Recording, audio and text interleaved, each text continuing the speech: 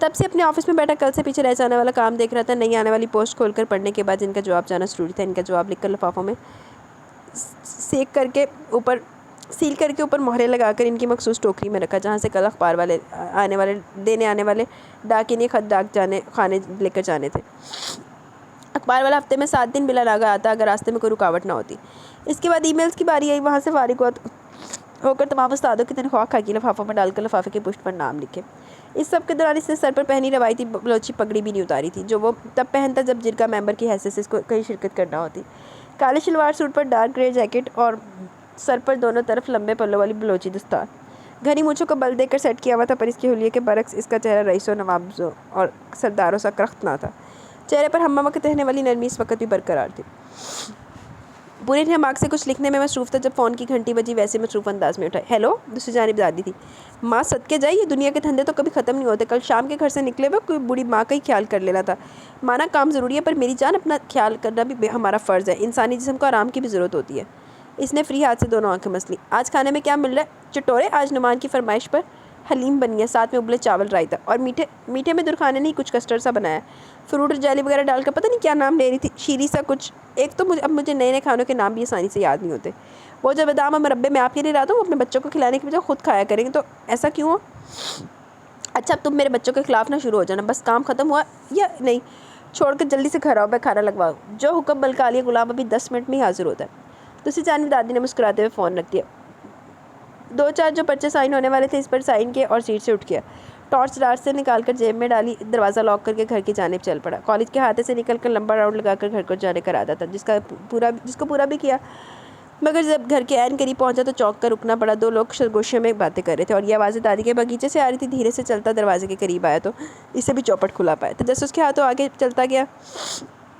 وہاں لائٹ صرف جانوروں کے کمرے میں تھی، باقی سب اندھیرے کا راستہ. سردی میں بھی آج معمول کے مطابق ہی تھی. اس کے ذہن میں پہلا خیال یہی ہے کہ آج ہاسٹل کی ٹیم یہاں دھاوا بولائے بغیر کوئی آواز پیدا کیے وہ عین سر پر پہنچ گیا جہاں کچھ ایسی گفتگو چل رہی تھی. شیر خان کے بچے، میں نے تم سے کہا تھا نیچے سے سیڑھی تھام کر کھڑے رہو. شیر خان کے بچے، میں نے تم سے کہا تھا نیچے سے سیڑھی تھام کر کھڑے رہو. تم مجھے لٹکتا چھوڑ کر خود بندر کی طرح اوپر چڑھ گئے ہو. اوئے میں لگتا یا لینا دادی نے باغ سے درخت سے چڑھی تھی، شیر بہت پیچھے چڑھ گیا. او مائی گاڈ. بی بی طبیب، تم تو آدھی رات تک بس 2 سیب توڑ پاتا. مجھے گل بدن کے پاس بھی جانا ہے. یہ جو تمہاری گل بدن ہے نا، میرے ہی ہاتھوں. چہرے کے اوپر ٹارچ کی تیز روشنی پڑنے سے ریالے کی بات وہی رہ گئی. جس شاخ کے سہارے کھڑی تھی ڈر کے مارے اس پر گرفت ہلی ہوئی، پھر ایسا ہی لگا جیسے ہوا میں تیر رہی ہو. 2 سیکنڈ بعد پکے ہوئے آم کی طرح سردار کی باہوں میں گری. دیر سے ڈگی سیدھا سردار تھے چولی دے وچ. چند سیکنڈ لگے یہ سمجھنے میں کہ درخت سے گر گئی ہے. پھر آواز کچھ قابو کرنے کے اندازے لگایا کہ شکر ہے گرنے سے کوئی چوٹ نہیں آئی. پر چوٹ کیوں نہیں آئی؟ اس کا جواب نیچے گری ٹارچ کی روشنی نے دیا جو سیدھی سردار کے چہرے پر پڑی تھی. یالے نے زور کی چیخ ماری اور تڑپ کر اس کی گرفت سے نکلی. میں انتہائی شرمندہ ہوں. میرا اگر گرنے کا ایسا کوئی ارادہ نہیں تھا. سارا قصور اس الو کے بٹھے شیر بخت کا ہے. اس کو میں نے اپنی مدد کے لیے یہاں نیچے کھڑا کیا، مجھے دھوکہ دے کر اوپر چڑھ گیا. اور یہ بھی بتا دوں کہ میں سیب چوری بالکل نہیں کر رہی تھی. میں نے دادوں کو ان کے پیسے دینے. اصل میں انہوں نے مجھے دوپہر کا کھانا بھیجا تو شکریہ ادا کرنے کے لیے میں نے سوچا ان کو ایپل پائی بنا کر کھلاتی ہوں. چونکہ آج صبح میں نے یہاں ہرے سیب دیکھے تھے، بس وہی لینے آئی تھی. آپ چاہیں تو شیر خان سے پوچھ لیں. بتاؤ نا شیر خان. شیر بخت یا تو بہرا تھا یا اس کے نزدیک نہیں پیدا ہونے والی صورتحال کو اتنی پریشان کن نہ تھی. طبیب تم نیچے پڑا. بالٹی مجھے پکڑاؤ، میں اس میں سیب پھینکوں. جلدی کرو. یالے نے انہوں والے بھی اپنے سیبا دی پئی ہے. یالے نے ڈرتے ہوئے ایک نظر سردار کی جانب دیکھا، خفت سے مسکرائی، اپنی چادر کا پلو پھیلا کر درخت کے نیچے کھڑی. پھینکو. یالے کے کہنے کی دیر تھی شیر بخت نے سیب برسانے شروع کر دی، جن میں سے کچھ زیادہ یالے کے سر پر لگے، کوئی ایک آدھ چادر میں گرا. پہلی دفعہ سردار کو بولنا پڑا. آپ دونوں کی کارکردگی پر میرے دل سے بے اختیار سبحان اللہ کی صدا بلند ہو رہی ہے. واقعی دنیا میں جھوموں کی کوئی کمی نہیں ہے. وہ کہتے نہیں بات تو سچ ہے، بات رسوائی کی. ہائے سردار نے کتنا انجوائمنٹ کر لی. جتنی اسی انجوائے نہیں کی جتنا سردار نے انجوائے کر لیا. اس نے شیر بخت کی بتائی بالٹی اٹھا کر یالے کے قریب رکھی، پھر نیچے گری ٹارچ اٹھا کر ہر طرف بکھرے سیب سمیٹنے میں یالے کی مدد کی جو اب تک شرمندہ سی تھی. شیر بخت نیچے اترو یار، رات کے وقت کوئی بے وقوفی درختوں پر چڑھتا ہے. سردار کی بات پر فٹ جواب ہے. میں نہیں چڑھنا تھا، پر یہ طبیب کی وجہ سے پودے کو تکلیف دیا. پر اب میری ایک بات پر یقین تو آ گیا ہوگا نا.